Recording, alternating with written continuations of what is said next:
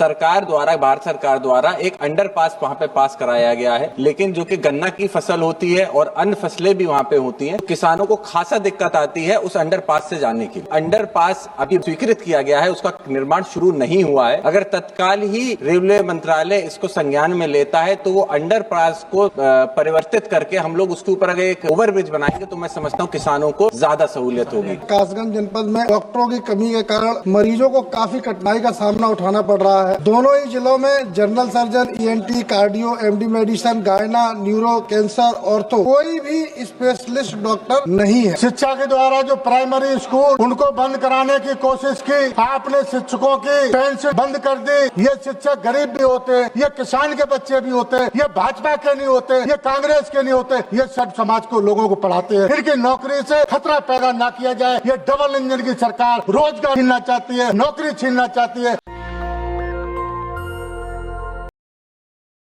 बदायूं और दातागंज मार्ग पर रेलवे के फाटक पर एक ओवरब्रिज बनाने के निर्माण को लेकर के मैं आपका ध्यान आकर्षित करना चाहता हूं, जहां पे लगातार एक बड़ा समूह किसानों का गन्ने की खेती से सीधा जुड़ा हुआ है और एकमात्र रास्ता मंडियों तक जाने के लिए किसानों के पास सिर्फ दातागंज से बदायूं आने का होता है।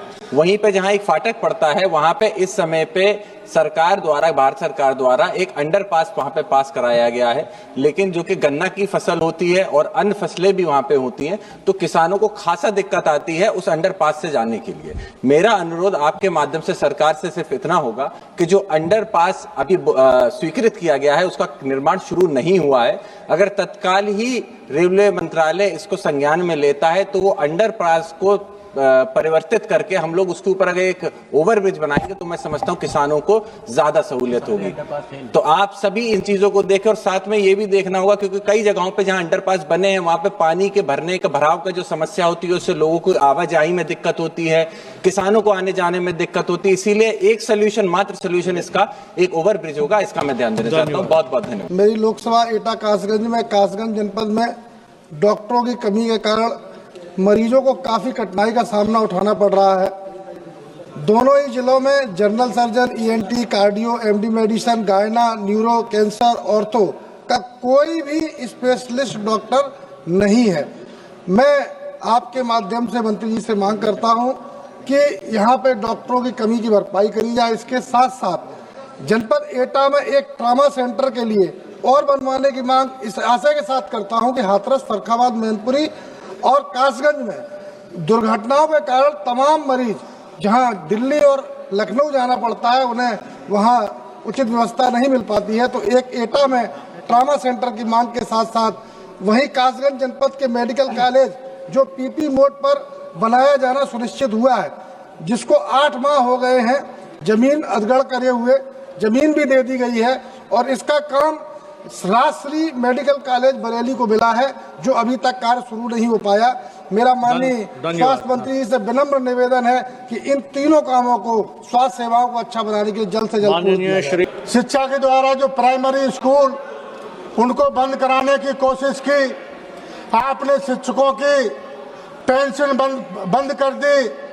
अब जो शिक्षकों को टेट के द्वारा उनको नौकरी लेने के लिए भी आपने शुरुआत कर दी। मैं आपके माध्यम से कहना चाहता हूं, बेसिक शिक्षा विभाग के शिक्षक 1/9/2025 को माननीय सर्वोच्च न्यायालय द्वारा टेट के संबंध में दिए गए निर्णय के कारण अत्यंत निकट परिस्थिति से गुजर रहे हैं, क्योंकि उच्चतम न्यायालय के निर्णय में ये उल्लिखित किया गया है कि टेट उनके लिए भी अनिवार्य है जो टेट लागू होने के केंद्र में 23/8/2010 और उत्तर प्रदेश के 29/7/2011 के पहले से कार्यरत हैं, और यदि 2 वर्ष में टेट उत्तीर्ण नहीं करते हैं तो उनको अनिवार्य सेवानिवृत्ति दे दी जाएगी। संभवतः आप संज्ञान में भी हो कि आज से 25-30 वर्ष पहले हुई भर्तियों में योग्यता के जो भी मापदंड निर्धारित किए गए थे, उस समय उन मापदंडों को पूर्ण करते हुए शिक्षक भर्ती हुए थे। जिन शिक्षकों ने अपने निष्ठा, अपने कुशल शिक्षण कौशलों, अनुभव के दम पर तमाम योग एवं सुगम संस्कारिक नागरिक के निर्माण में अहम योगदान दिया, उन शिक्षकों को आज एक लंबे अरसे के बाद नव निर्धारित पात्रता परीक्षा शिक्षक पात्रता टेट के द्वारा पास करने के लिए अनावश्यक रूप से बात किया जा रहा है। मैं आपके माध्यम से कहना चाहता हूं कि शिक्षक ये गरीब घर से नहीं आते हैं, ये शिक्षक गरीब भी होते हैं, ये किसान के बच्चे भी होते हैं, ये भाजपा के नहीं होते, ये कांग्रेस के नहीं होते, ये सब समाज को लोगों को पढ़ाते हैं। इनकी नौकरी से खतरा पैदा ना किया जाए। ये डबल इंजन की सरकार रोजगार छीनना चाहती है, नौकरी छीनना चाहती है। अब हम चाहते हैं कि आप लोग नौकरी छीनने की कोशिश ना करें। नेशनल दस्तक की आपसे गुजारिश है कि अगर इसको बचाना चाहते हैं तो नेशनल दस्तक को सब्सक्राइब करने के लिए रेड कलर के सब्सक्राइब बटन को दबाएं, फिर बेल आइकन की घंटी दबाएं। नेशनल दस्तक को बचाने के लिए बहुत जरूरी है कि हर खबर को शेयर करें, लाइक करें, कमेंट जरूर करें।